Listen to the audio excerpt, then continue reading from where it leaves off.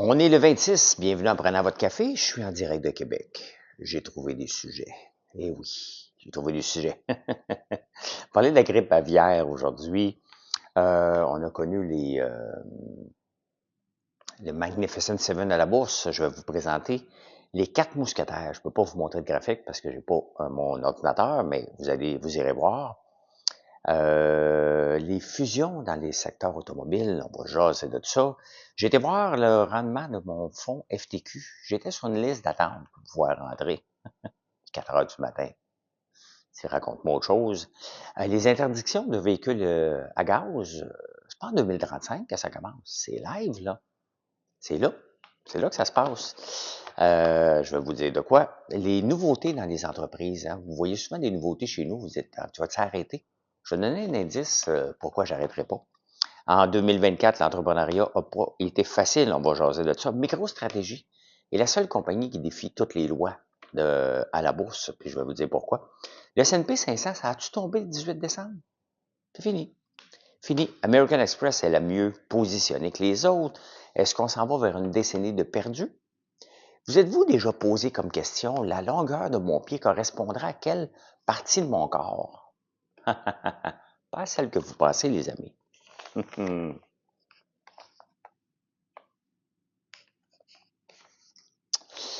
j'ai pas regardé les vœux de tout le monde, là, parce que, tu sais, il aurait fallu que je me tape Valérie Plante, moi. Gabriel Nadeau-Dubois, non, il est en congé de paternité. Moi.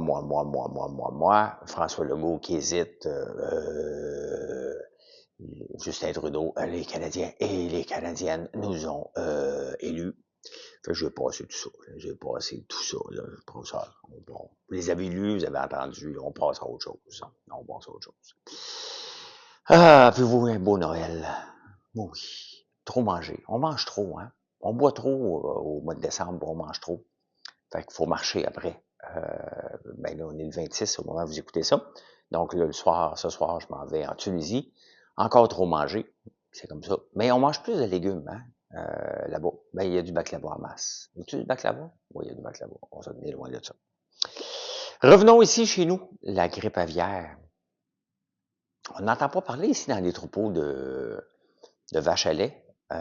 Mais en Californie, peut-être qu'on fait plus de dépistage. Tu sais, ça me fait rire parce que dès qu'on chiale contre le lait américain, ici, on a bien peur, on va mettre dans la loi ne plus jamais de mettre la gestion de l'offre au cœur d'une négociation internationale. Il ne faut plus toucher à ça de notre vie.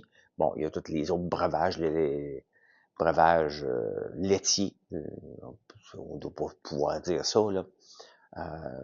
Breuvage qui ressemble à du lait. C'est comme joyeux, vous savez quoi? C'est pas joyeux Noël. Pas du tout, il n'y a pas de contrôle aux États-Unis, puis c'est le free for all, puis plein d'hormones, puis nous autres, ici, on est bien, puis on est mieux, puis on est smart. Hein? En Californie, ils sont quand même pas pires parce qu'ils ont détecté sur 864 fermes laitières, 660 sont infectées par le H5N1. Donc, combien qu'il y en a de fermes ici qui ont été infectées? Est-ce qu'on les surveille? Est-ce qu'on le dit pas? C'est pas normal. Tu sais, la grippe, bon, il y a la transmission humaine, mais il y a aussi les moustiques, là. Les mouches, il y a des mouches là, dans une grange, là. Donc, comment ils font pour ne pas être affectés seulement en Californie? Ben, ça prend une ferme, puis après c'est le camion qui se promène d'une place à l'autre, là, comme les écureuils qui mangent pas leurs noisettes un peu partout, puis ça aide à avoir de plus en plus d'arbres. Comment c'est quoi une noisette? Ça vient-tu d'un chêne, ça? C'est pas mon chat GPT à côté de moi pour m'aider. Mais bref, 660 des 864 fermes laitières. Ils jettent pas de lait. Hein? Une fois pasteurisé, il n'y a plus de problème. Là. Donc, je pensais qu'ils le jetaient, mais non, ils ne jettent pas.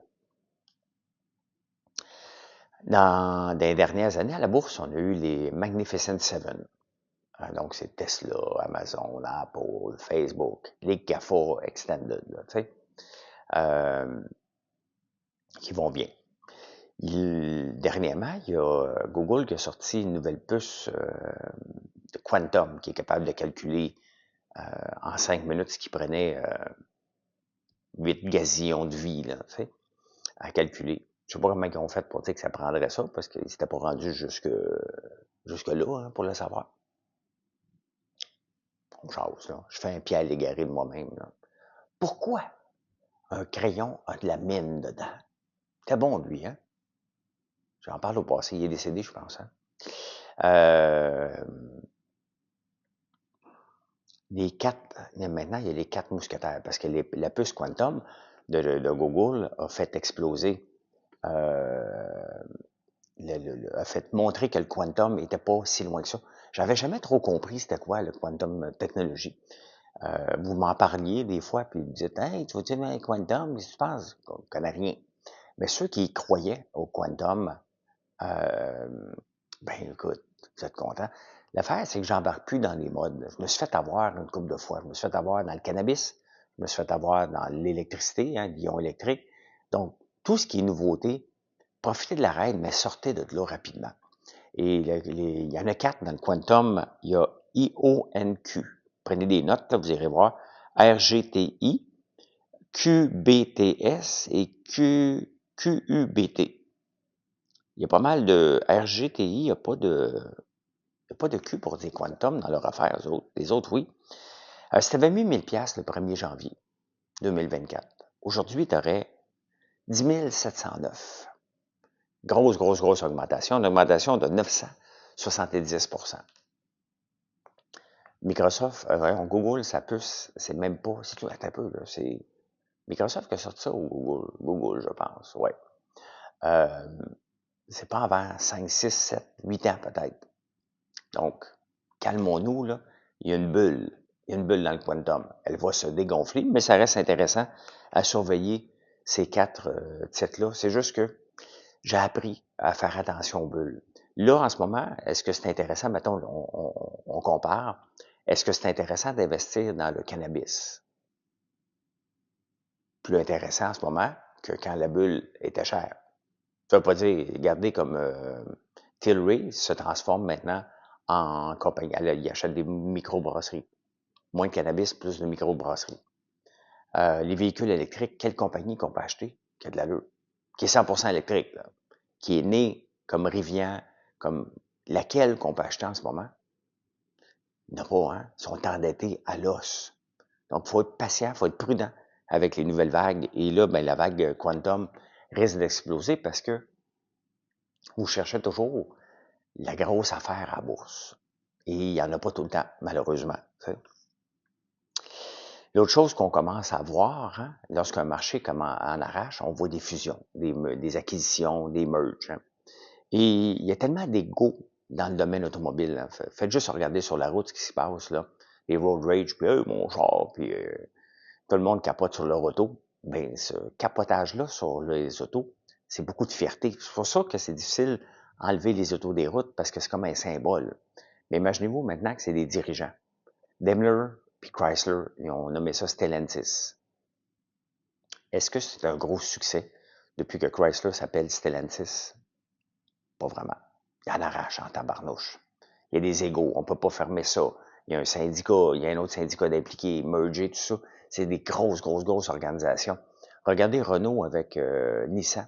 Il y avait un merge, il y avait le même président, Carlos, qui s'est sauvé après de la fraude, donc il s'est sauvé au Liban. Donc, Renault puis Nissan, ça n'a pas marché. GM qui revend des autos d'Honda. Donc, Honda, maintenant, essaie de se mettre avec Nissan. Tu sais, Nissan, là, cherche toujours un allié. Ils servent peut-être plus à grand-chose dans l'écosystème actuel, aussi Nissan. Là. Donc, est-ce que ça va fonctionner? Et regardez pourquoi ils font des merges. Tous l'effet Kodak. L'effet Kodak, là, on peut le prendre à différents scénarios, puis c'est bon pour même vous autres vous n'êtes pas en affaires quand vous ne vous adaptez pas. Cette année, on a beaucoup parlé de l'intelligence artificielle et des cols nouveaux. Cols nouveaux, c'est des gens qui, au lieu d'attendre la formation, qu'on les forme, se forment eux-mêmes sur l'intelligence artificielle, sur les nouveautés. Si vous ne le faites pas, vous êtes dépassé. Si vous êtes dépassé, ça se peut que ta job soit à risque parce qu'on est dans un mouvement de nouveautés, de nouvelles façons de faire, que vous le voulez ou non. Même si l'intelligence artificielle, on est au premier balbutiement, il reste que ça a augmenté notre productivité de beaucoup. Et ça, en tout cas, perso, notre compagnie, à Marilyn et moi, la façon qu'on travaille, ça a complètement changé totalement. On a besoin de beaucoup moins de staff pour faire la même chose. Donc, regardons les compagnies automobiles, c'est tous des Kodak. Ils ne se sont pas adaptés. Ils ont vu le véhicule électrique. Ils sont dans le marché depuis bien longtemps. Pourquoi ils se sont fait dépasser par Tesla? Pourquoi ils se font dépasser par BYD? Toutes les autres compagnies, Xiaomi, toutes les compagnies chinoises, eux autres ont investi. Ils ont dit, c'est là qu'on s'en va. Ils ont été à l'avant-garde. Ils vont se faire tirer le tapis. Le gouvernement va tout aider ce monde-là, que ce soit les gouvernements japonais ou américains. On va tout aider les compagnies, mais c'est tous des Kodak. Tous des Kodak. Au Québec, en fouillant les journaux, parce qu'il n'y a pas de journaux le 25. On est le 26, mais tu sais, je prépare le show la veille. Et je tombe sur une pub de l'Agence de mobilité durable. Tiens, ils vont nous faire une pub pour déneiger les rues. Ils ont de l'argent pour ça. Je clique sur la pub pour aller comprendre. Et ils nous expliquent tout comment ils sont fins et ils sont smart, tu sais. Faites la pub. La Ville de Montréal dépense notre argent pour faire de la pub, pour dire, regardez comment on est bon, on nettoie vos rues. Man, t'es un employé municipal. T'es supposé les nettoyer, je sacrais pas, là, mais nos rues, t'es supposé les nettoyer. Qu'est-ce que vous faites à faire de la pub? Ils ont même un slogan, là. Hein? L'Agence de mobilité durable de Montréal, innovante, experte et utile. Voyons, tabarnane. Tu sais, tu regardes le budget là, pour se faire augmenter les taxes, tu vois ces affaires-là, là. Ça change-tu quelque chose dans votre vie qui fasse une pub? Combien qui ont dépensé cette pub-là? Pourquoi? Le but d'une pub, c'est soit d'informer. Voici comment ça va se passer. Mais même à ça, il y a les groupes Facebook. On le sait comment ça va se passer, là. Si tu le sais pas, là, enlève ton char dans la rue quand il y a une pancarte. Pas besoin de faire de la pub, là. Tellement d'argent gaspillé. On gaspille tellement, mais tellement d'argent. Sincèrement, là, tu regardes tout ça, tu dis, bon, écoute, je deviens maire de Montréal, là. Qu'est-ce que je fais comme nettoyage? Ça, puis ça. C'est à coup nul. Ça fait aucun impact à personne. Personne gagne, personne perd là-dedans. Personne ne s'en rend compte, sauf qu'on a de l'argent dans le compte de banque. Multipliez ça par, il doit y avoir des centaines et des centaines de places où on fait de la pub. Regardez pendant la pandémie, on faisait de la pub de venir prendre l'autobus. Venez prendre l'autobus, sur un autobus. OK, mais on travaille de la maison, on ne le prend pas l'autobus, il roule vide, parce que tu ne peux pas mettre quelqu'un dehors. Convention collective de la STM vient à échéance le 8 janvier 2025. Je me demande qu'est-ce qui va arriver par la suite. Parce que dans la convention collective, c'était indiqué de ne pas mettre personne dehors jusqu'au 8 janvier 2025. Donc, ça veut dire qu'ils sont sans contrat de travail, ils vont sûrement aller en grève. Ils vont aller en grève pendant la F1, là, quand il va y avoir le maximum de gens qui veulent le prendre. Je vous ai parlé du fonds FTQ, puis des rendements, ils ont un rendement de 7,8, la bourse a donné du 16 pendant ce temps-là. C'est un rendement quand même acceptable, du 7,8, mais il y a un impact à laisser notre argent avec un rendement de 7 versus un rendement de 10. Sur la bourse, c'est un rendement de 10 si tu regardes sur le même horizon de 20 à 30, 40 ans. Et j'ai mis de l'argent, je pense que j'avais mis 1000 pièces dans le fonds FTQ, mais ce qui est plate, c'est que j'ai été le voir en ligne, mon compte, et j'ai 4351. Je me souviens pas combien j'ai mis au début. Et ils n'ont pas l'historique. Ils ont l'état de compte en 2024, mais ils n'ont pas, regarde, ton rendement depuis toujours. C'est quoi mon rendement, moi? Je peux pas le voir. Quand est-ce que j'ai commencé à cotiser? Je peux pas le voir. Ça fait peut-être 20 ans, là. Mais il me semble que tu pourrais le montrer. C'est pas quelque chose qui est compliqué à garder, là. C'est une base de données, là. J'ai pas moyen de le savoir. Mais quand je rentrais en ligne, il était 4 heures du matin, là. 25 décembre, 4 heures du matin.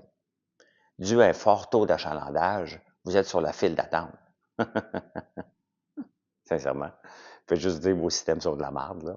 Voyons, à 4 heures du matin, le 25 décembre, y a-tu vraiment une file de gens enragés d'aller voir le replacement de la FTQ, sincèrement.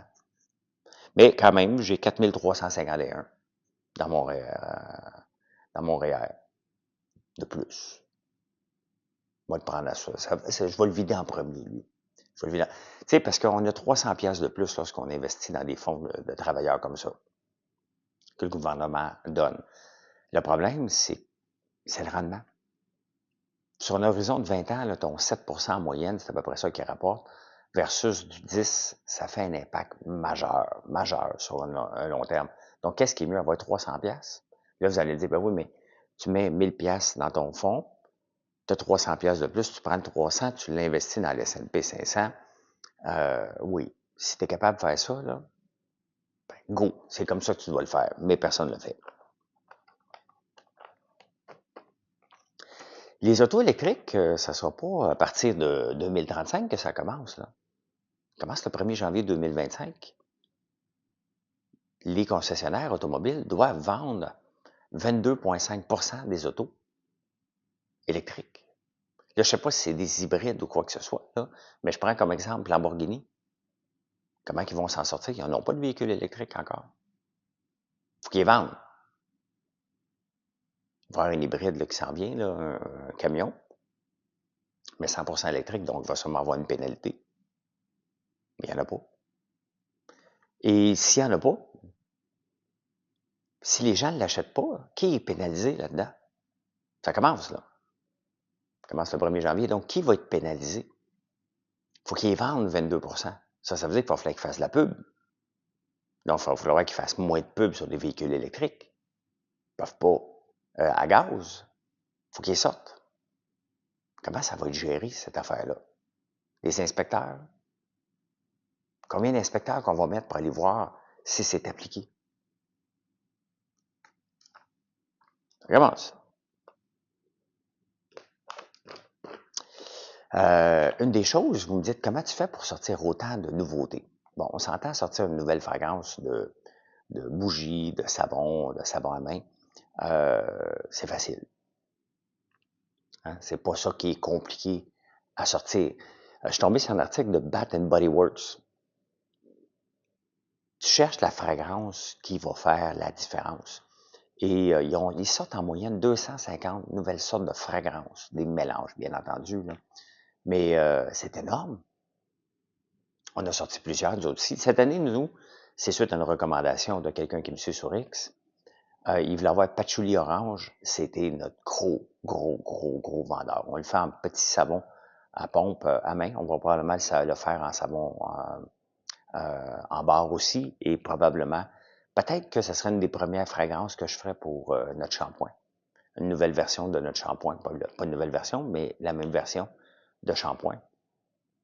Probablement parce que c'est de l'ordre de 50 pour 1, le nombre de savons à main qu'on vend.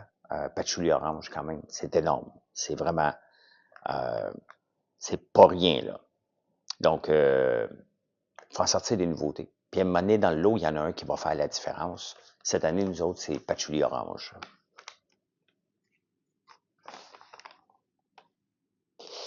Ça avance bien. Vous faites votre like. Peut-être pour Noël, vous pouvez faire un like, là, partager, là, un petit like. 2024, quelle année ça a été pour l'entrepreneuriat? Pas une bonne année. Hein? Pas une bonne année. On regarde Valérie Plante avec ses rues fermées. On a appris qu'une entreprise comme l'Aquarium du Nord sur la rue Plaza Saint-Hubert a décidé de quitter. Pourquoi? Parce que la rue est piétonne, puis tu n'achètes pas un aquarium qui t'emmène sur le bout de... Tu ne peux pas te stationner pour aller acheter une poche de moulée. Donc, ça ne fit plus là-dedans. Mais Valérie Plante s'en fout. Elle n'aime pas les entreprises, les entrepreneuriats, les entrepreneurs. François Legault a augmenté le salaire minimum. Qui est affecté le plus par le salaire minimum? Il y a d'autres mesures à mettre pour augmenter le pouvoir d'achat des gens les plus démunis que d'attaquer, parce que le salaire minimum, n'oubliez jamais, c'est une taxe aux PME qui doivent monter leur prix par la suite, parce que arrêtez de penser que les entrepreneurs s'en mettent plein les poches. Là. On doit vivre avec des prix qui augmentent de partout. L'inflation, quand l'inflation elle se fait aller un peu partout, là, à la fin, il y a un entonnoir, puis c'est l'entrepreneur qui transforme un produit qui doit prendre le salaire minimum. Regardez les chocolatiers en 2024. Le prix du chocolat a monté de 170 %.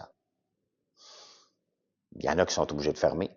Il y en a, quand il y a du volume comme nous, on va être obligé d'augmenter nos prix, comme tout le monde. On n'a pas le choix. Pas beaucoup. On va essayer de le minimiser, mais je ne peux pas vous cacher que ce serait mentir qu'on ne montrera pas nos prix de chocolat qui sont déjà pas chers. C'était l'avantage de ne pas être très cher, donc de pouvoir les augmenter sans que ça affecte nos prix. Mais c'était dur, très dur pour toutes les personnes qui sont impliquées dans la transformation alimentaire.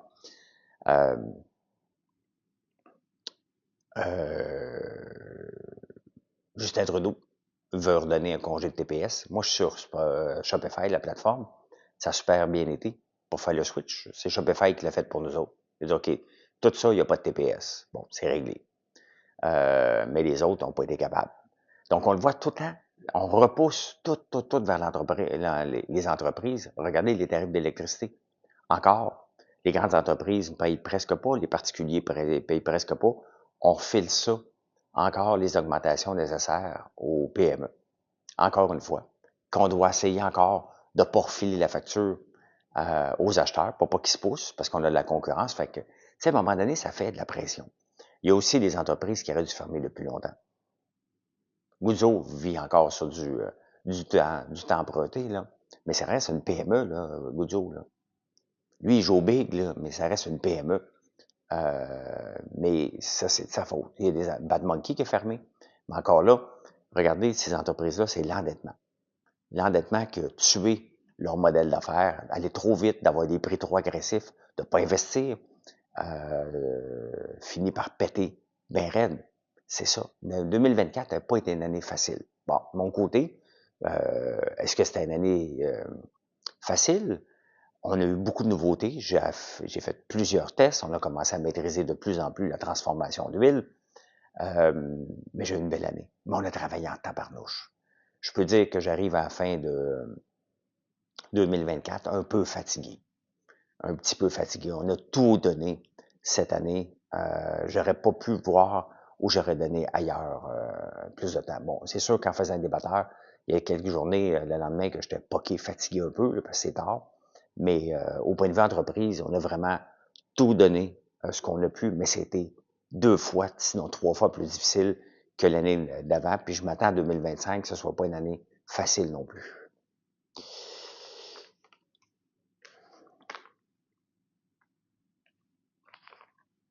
En finance, MicroStratégie, MSTR, ceux qui ne suivent pas ce titre-là, allez le voir. Allez, mettez-le dans vos titres de suivi. J'en ai pas.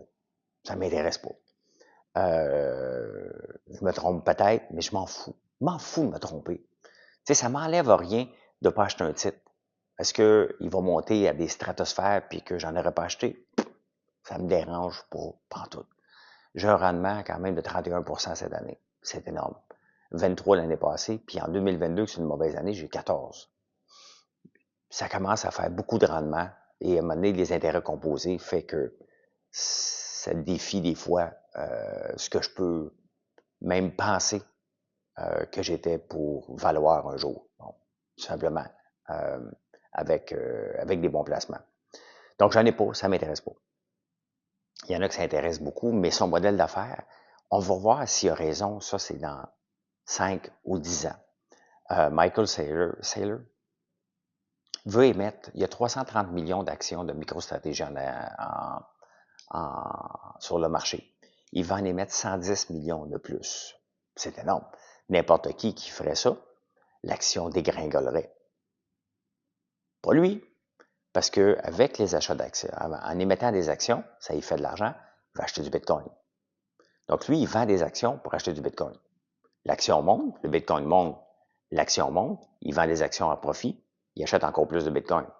Donc, c'est pas un Ponzi scheme, parce qu'un Ponzi scheme, c'est pas tout à fait ça, mais quand tu regardes ça, tu fais comme, tabarnouche, hein, s'il faut que ça s'écroule. Mais puisque son modèle fait qu'il en achète de plus en plus, ben, il en enlève du marché, puis il les détient. Donc, il crée une rareté qui fait augmenter les prix. Mais il reste que le Bitcoin, en ce moment, est à 96, 98. Il reste qu'il n'est pas capable de monter en haut de 100 puis se maintenir. Il y a quand même une très, très belle progression cette année, là. Hein? Mais quand même, il y a toujours un risque. C'est pas vrai que ça s'en va juste vers le haut. Mais il reste qu'il y a une stratégie. Si ça marche, ce gars-là va probablement valoir une fortune dans 10-15 ans. Mais il faut qu'il aille battre Elon Musk qui en vaut 464 milliards, ce qui est énorme. On a une petite fausse le 18 décembre dernier, là, il y a 7 jours, une semaine. La bourse a tombé de 3%. J'ai été voir mes placements. C'était pas beau à voir. Tout récupéré. Le S&P 500 qui est à 6061 avant le 3% de crash, là, il est à 6040. Donc, j'ai presque tout récupéré mes pertes. J'ai été revoir. Il m'en manque pas beaucoup. Mais c'est comme ça la bourse. Hein?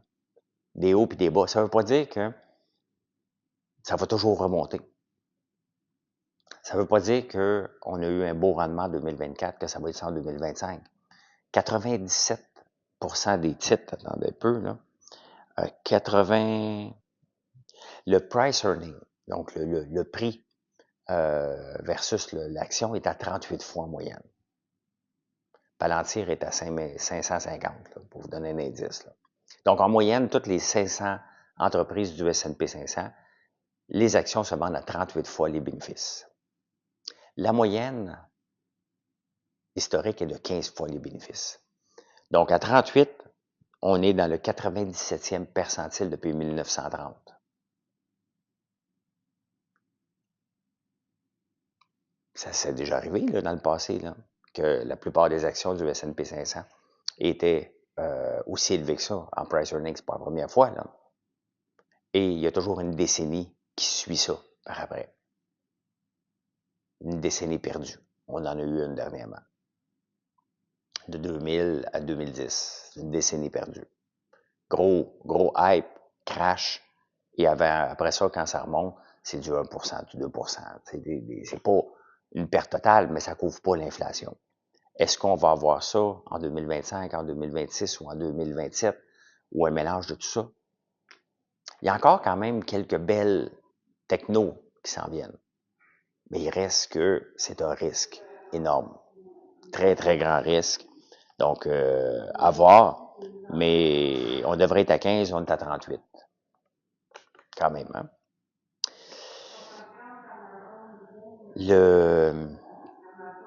Les actions, les gens ont bien consommé. Puis on peut voir, j'en ai parlé plusieurs fois dernièrement, il y a des vibe sessions ou des sessions, une récession par tranche de classe. La classe moins riche, bien entendu, manque d'argent. C'est normal avec l'inflation, sont les premiers affectés. La classe moyenne ne dépense pas et la classe très riche continue à dépenser. La classe très riche dépense souvent sur American Express. Puis ça peut arriver à l'occasion qui paye pas. C'est comme ça. Visa et Mastercard. Visa puis Mastercard ont une progression cette année de 17%. American Express, et ça j'en ai depuis longtemps. Je suis quand même content. 61% d'augmentation.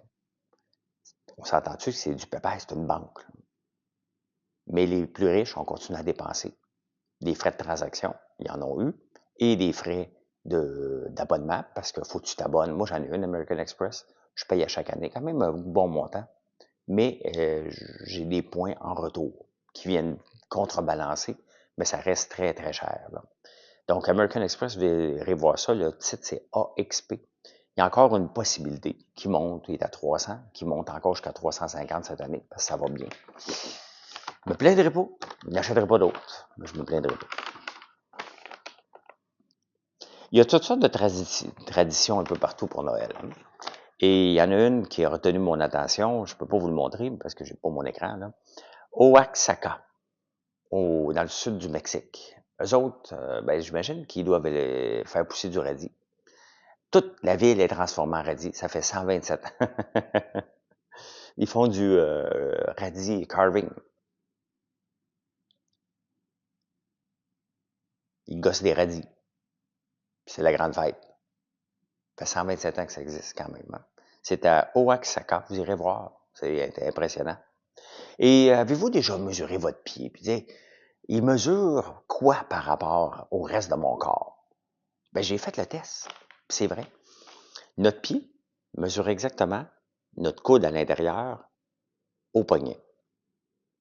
Donc, voici la grandeur de mon pied, ceux qui peuvent le voir. Du coude ici à mon poignet, c'est la longueur. Faites le test, vous m'en donnerez des nouvelles. Et pourtant, j'ai des maudits grands bras, mais des petits pieds. Donc, ça va être mon autre partie où c'est peut-être pour ça que j'ai pas des gros muscles. Parce qu'ils sont longs. Ils sont longs.